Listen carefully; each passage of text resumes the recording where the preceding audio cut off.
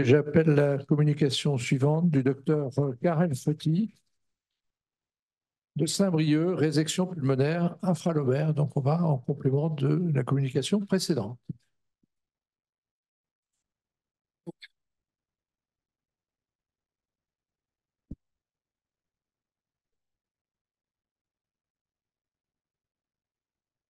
Cher maître, chers collègues, c'est un plaisir d'être là avec vous. Merci de l'invitation.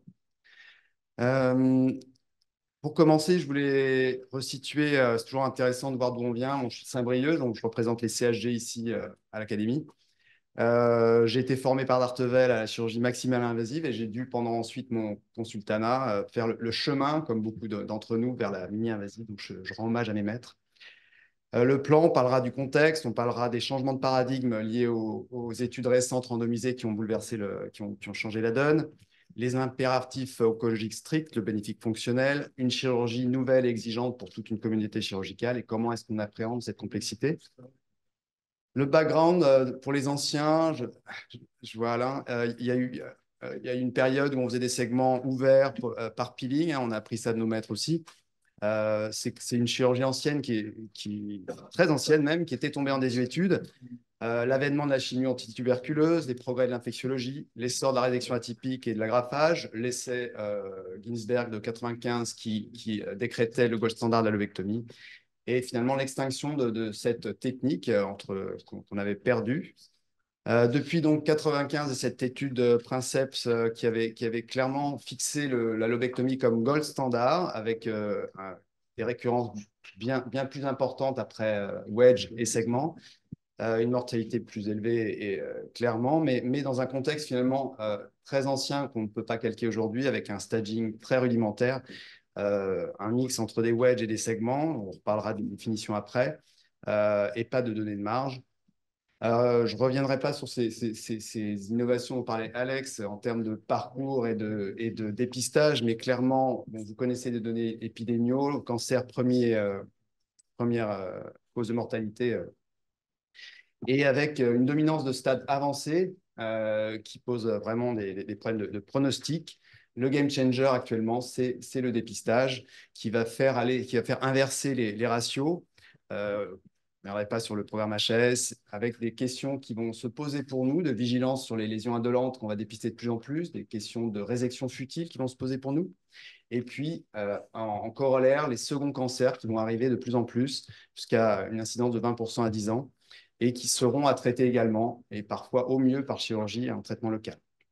On va donc vers un traitement local optimal actuellement, avec, vous voyez, finalement, cette arrivée à maturité de la résection qui profite d'un meilleur staging préopératoire avec l'avènement du TEP, des explorations endobronchiques, le dépistage, la chirurgie mini-invasive, qu'elle soit robotique ou vidéo-assistée, la réhabilitation améliorée, les techniques d'assistance.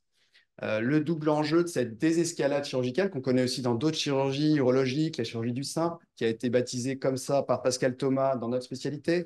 Elle est à l'heure avec un double enjeu, le double enjeu d'épargner le parenchyme pour nos patients, tout en assurant un maintien, excusez-moi, du bénéfice oncologique. Les données Epitor, pour faire un petit état des lieux des pratiques en France actuellement, vous voyez une claire augmentation des proportions de stade 1A opérés, T1A, T1B, N0, de 37 à 47% en 10 ans. Vous voyez que le type de chirurgie pour les stades 1A évolue de 13 à 30% pour ce qui est des segments. Et vous voyez qu'il y a 2 fois plus de cancers opérés, de patients opérés pour stade 1A depuis 2016. Et le type d'approche évolue également vers la vidéo assistée et la robotique, avec une involution de la chirurgie ouverte. Cette étude rapide, une étude finlandaise qui essaie d'estimer à partir d'une revue de scanners sur une série de patients qui montrait qu'il y avait un potentiel de switch de 30 à 60% de leurs patients qui auraient pu bénéficier avec les standards actuels d'une segmentectomie, un potentiel de 36 à 47%, tout stade confondu. Donc, on est vraiment dans un changement de paradigme qui arrive avec ces 2 études randomisées majeures qui ont montré des résultats égaux en termes de survie globale, que ce soit l'étude japonaise de JCOG et l'étude américaine CLJB. Je vais vous montrer les petites différences entre les deux. L'étude japonaise est la plus consistante, 1000 patients, meilleure survie globale des segmentectomies vis-à-vis des lobectomies, une meilleure survie sans récidive, taux de complications similaires, plus de récurrence locale, et on reviendra là-dessus, et un meilleur taux de réopération pour second cancer. Pour ce qui est du CLGB, de la même façon, une recommandation des sublobar résection dans le standard, avec une survie similaire, une survie sans récidive similaire, taux de complications également, un taux de récurrence similaire mais élevé, et surtout une association de ce qu'on appelle des résections atypiques et des résections typiques anatomiques. Je vais passer sur les données détaillées. Est-ce qu'on va, en se basant sur les données du CLGB, vers un renversement des pratiques? Probablement non, clairement non, parce que cette étude est très contestable dans la mesure où elle associait de façon non randomisée des résections atypiques qui ne sont pas anatomiques, avec un très gros doute sur la qualité du curage, avec des segments anatomiques. Une qualité oncologique de l'étude discutable, il y avait un nombre de ganglions par curage très réduit et une marge qui était non analysée dans 40% des cas. Donc, clairement, cette étude pose question pour la communauté thoracique avec un très haut risque de transposer dans la pratique quotidienne vers des wedges sans curage avec des résultats altérés. Vous voyez là, pour vous montrer la différence entre ce qu'est un wedge et ce qu'est une segmentectomie anatomique. Vous voyez un wedge avec un simple agrafage sur un segment 10 du lobe inférieur droit. Vous voyez qu'il n'y a aucune dissection d'huile. De l'autre côté, un segment anatomique S10 droit avec le suivi, la dissection veineuse très prolongée et une dissection très précise qui va très loin et qui potentialise la marge. Donc vraiment, on ne parle pas de la même intervention. Est-ce qu'on va vers un renforcement des pratiques si on s'appuie sur le JCOG? Je pense clairement que oui. Il y a une survie augmentée qui est probablement en lien avec une mortalité non liée au cancer, liée à un effet protecteur de la segmentectomie chez ces patients.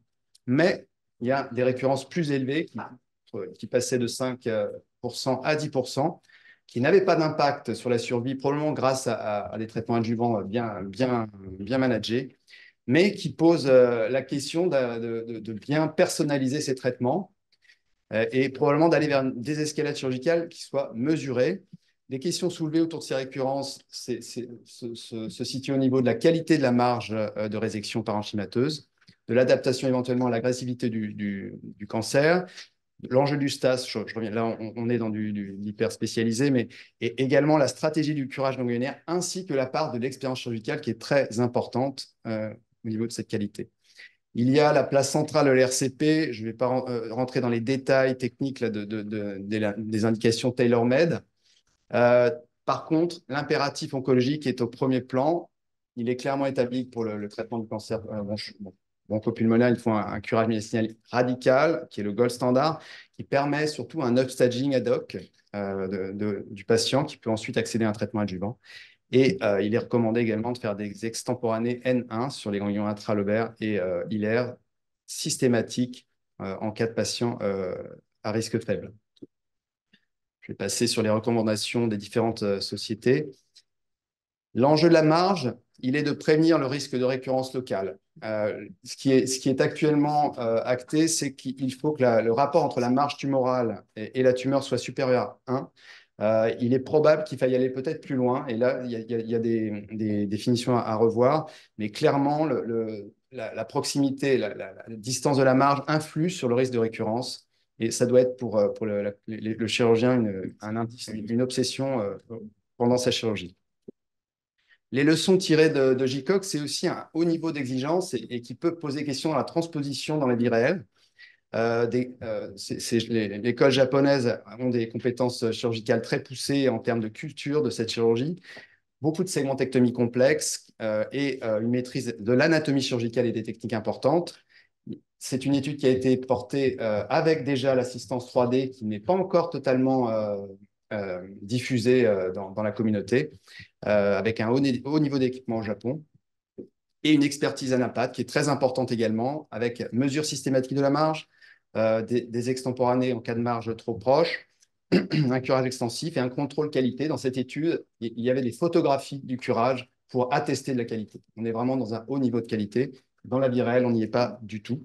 Décalage avec la vraie vie, National Database américaine, grosse database, 49% finalement pour le traitement curatif d'un stade 1, 49% avaient un wedge sans curage. 29% de segments anatomiques sans curage, avec un impact du nombre de ganglions curés sur la survie. Donc, vous voyez que le rapport avec la vraie vie est important.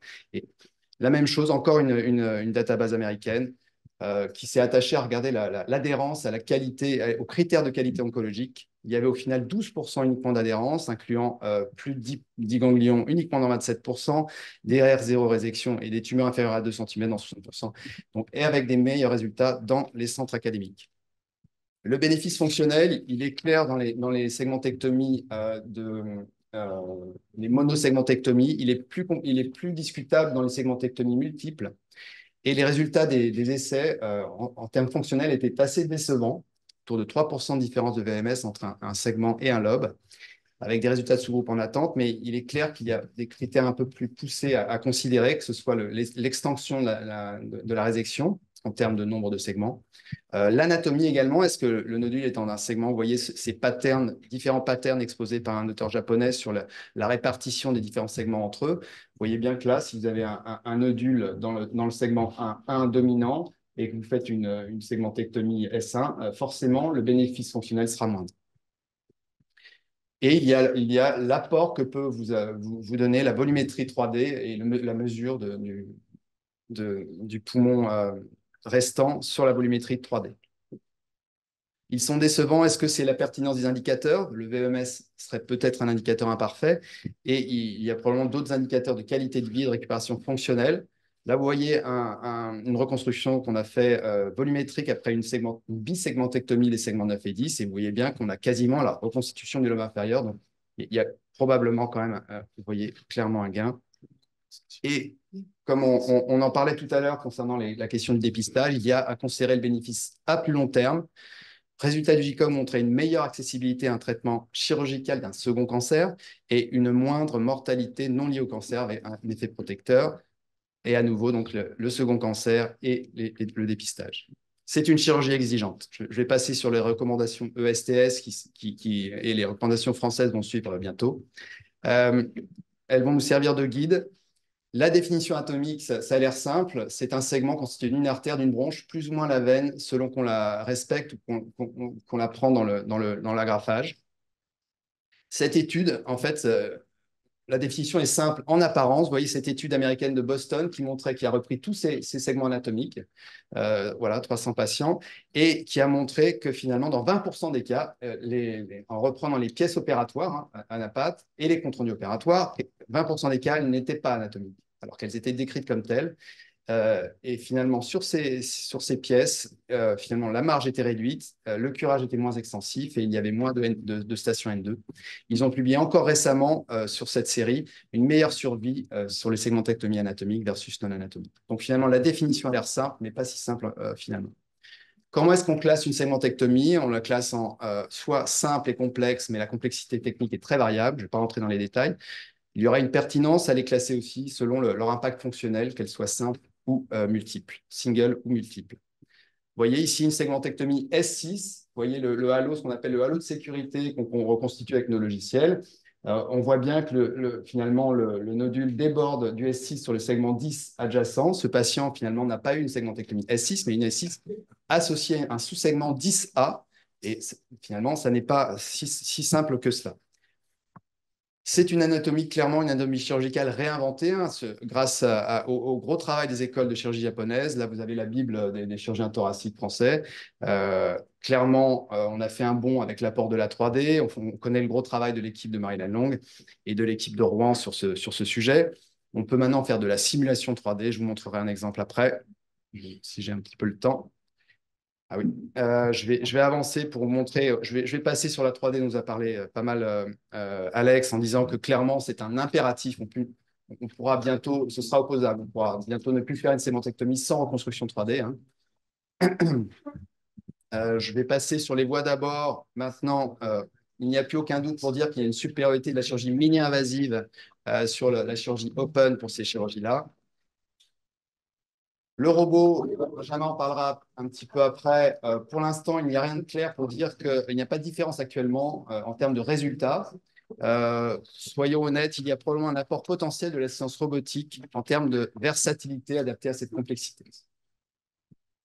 Je vais vous montrer un exemple d'une segmentectomie actuellement. Est-ce qu'on peut baisser le son parce que c'est ici. Non, pardon. Ouais, voilà. Ouais, ici.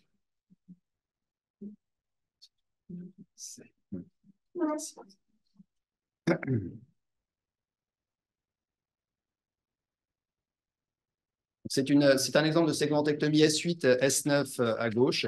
J'ai un patient pour une chirurgie intentionnelle avec une bonne fonction respiratoire.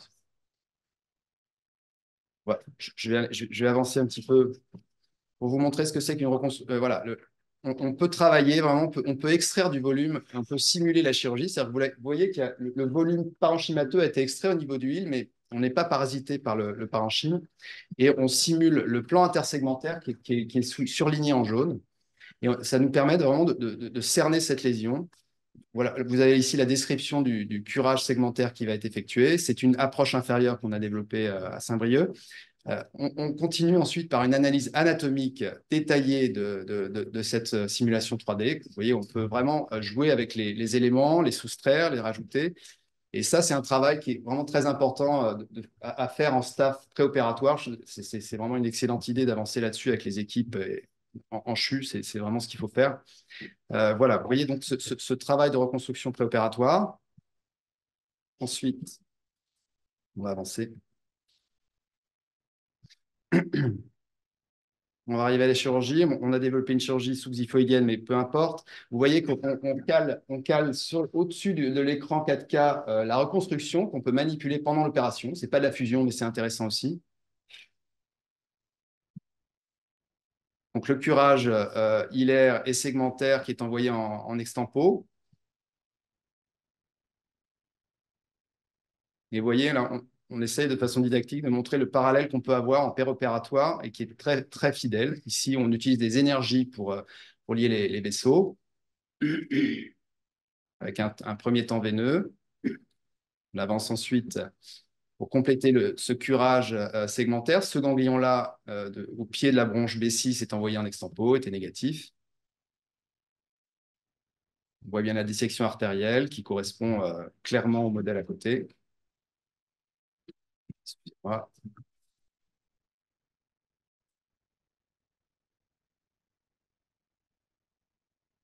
Donc, on avance sur cette dissection progressive, l'agrafage des éléments, ça, c'est rien de...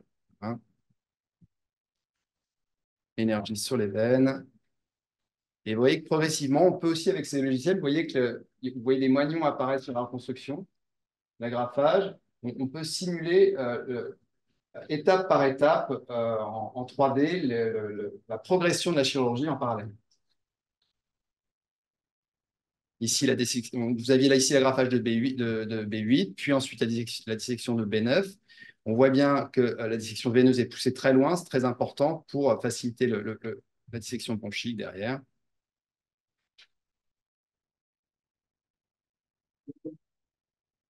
Je vais avancer parce que vous montrer ensuite la délimitation.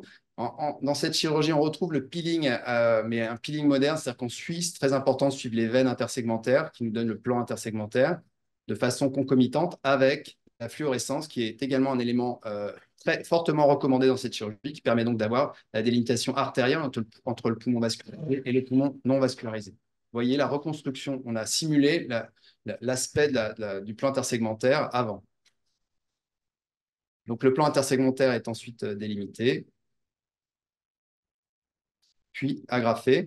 Vous voyez là encore le parallèle entre le plan intersegmentaire qui est agrafé entre le segment 10 et 8 de façon inférieure, complété vers l'avant. Ici.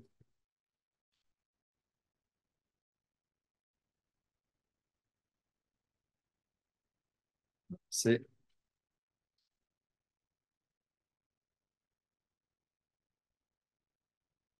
terminé par le plan intersegmentaire qui suit le plan veineux profond et qui permet d'avoir une segmentectomie très anatomique. Je vais avancer.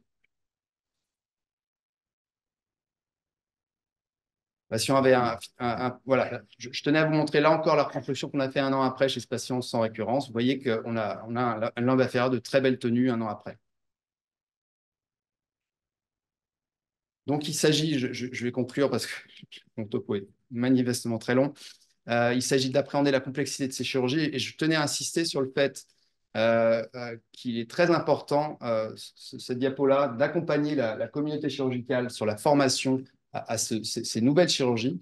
Et donc là, ça rejoint les questions du collège. Et de dépasser la seule question de la formation robotique à ces chirurgies, apprendre à manager l'indication opératoire, MDT coaching, à faire du peer coaching, des cours d'anatomie 3D, de l'immersion clinique, du webinar, du RATS proctoring, de la vidéo sharing et des cours techniques. C'est vraiment, je pense qu'il y a vraiment quelque chose à construire autour de ça. Avec un accompagnement progressif des chirurgiens, depuis les chirurgies dites compromises jusqu'aux intentionnelles, depuis les chirurgies simples jusqu'aux sleeves, depuis les stades, depuis les chirurgies pour une pathologie bénigne ou métastatique,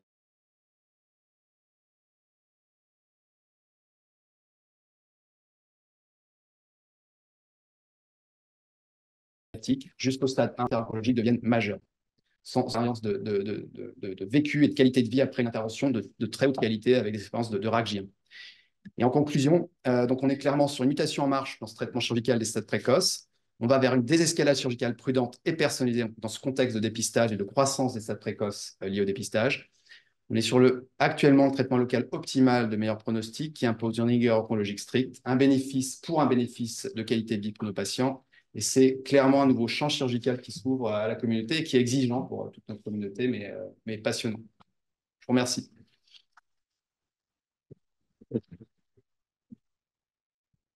Je vous remercie de cette très, très belle présentation, très technique, très bien illustrée de votre pratique très précise du traitement de ces petites tumeurs. Vous avez montré en parallèle, d'une part, à plusieurs reprises, d'une part, l'image que vous avez en 3D préopératoire et d'autre part, ce que vous faites en préopératoire. Est-ce que vous avez en permanence les deux images sous les yeux? Sont pas fusionnés. L'image est... Pardon, excusez-moi. Je vous remercie. L'image est superposée, elle est au-dessus. On a un écran annexe qui est au-dessus de l'écran 4K. C'est ça, elles sont côte à côte. Elles ne sont pas fusionnées. Oui, d'accord. C'est une autre façon de faire. Très bien. Et on peut la manipuler de façon stérile pendant la chirurgie. Question, oui. Bernard? Oui, je voudrais aussi vous féliciter. C'est une très belle présentation. Je ne suis pas du tout chirurgien pulmonaire, mais je me permets de comparer la segmentectomie hépatique et la segmentectomie pulmonaire. Moi, la segmentectomie hépatique, ça me paraît facile. Le parenchyme hépatique est facile à fragmenter et surtout, on a des limites qui sont très précises et visibles. Mais les souvenirs que j'ai de la segmentectomie pulmonaire, c'est que c'est très difficile. Et notamment le plan de clivage pour cliver un segment d'un autre dans le temps. Enfin, c'est des vieux souvenirs, mais ça me paraît très difficile. Alors, je voudrais avoir votre opinion. J'ai l'impression que c'est difficile de faire une segmentectomie pulmonaire avec des instruments. Enfin, ça me paraît plus un geste manuel. Voilà. Mais c'est du passé, hein, il y a très longtemps. Donc, alors, c'est une chirurgie qui a été... les plans intersegmentaires étaient ouverts au bistouri électrique à l'ancienne ou chez les Japonais encore jusqu'à très récemment, avec des problématiques de fuite aérienne. C'est vrai que c'est une chirurgie qui nécessite une dissection très loin dans le hill des éléments et qui nécessite de respecter les veines intersegmentaires. On a vraiment des gros enjeux de congestion veineuse, Donc oui, le plan intersegmentaire peut à la fois parfois être simple et parfois, quand il est multidimensionnel, peut être très complexe. Un petit commentaire, bravo Karel. Et moi, j'aime les chirurgiens quand ils disent que les choses sont difficiles. Et je n'aime pas les chirurgiens quand ils disent c'est facile, parce qu'ils sont très fréquents, ceux-là. Hein, c'est toujours très facile. Mais toi, tu insistes bien sur la difficulté de ce geste et la préparation. Et j'invite tous les gens qui s'intéressent à la segmentectomie à aller voir tes films sur YouTube, des segmentectomies de la pyramide basale, S8, S9, S10. Et là, je voudrais faire une troisième catégorie. Il y a les simples, les complexes et les très complexes. Et il faut faire très attention dans ces segmentectomies 9 et 10. Pourquoi? Parce qu'on peut avoir, en fonction de cette ligne d'agrafe que l'on met, des twists sur le retour veineux et avec des complications. Donc, Voilà, voilà, j'invite les jeunes à les voir, mais je fais mes petites notes de prudence sur ces segmentectomies qui sont très difficiles, à tel point que moi, maintenant, je fais plutôt des pyramides basales qui sont plus sûres et je m'appuie bien sûr sur la taille de la veine. Mais ton travail, il est remarquable. La reconstruction que tu fais en paire opératoire et que tu suis, effectivement, on peut le faire de manière un peu plus simple avec Visible Patient quand on l'a intégré dans le robot. Donc évidemment, ça, c'est de la technologie qui va venir. Mais ce qui est important, c'est ton processus intellectuel que tu as mis en place. Voilà, bravo encore. Autre question parmi vous tous. Merci beaucoup. Très, très belle présentation.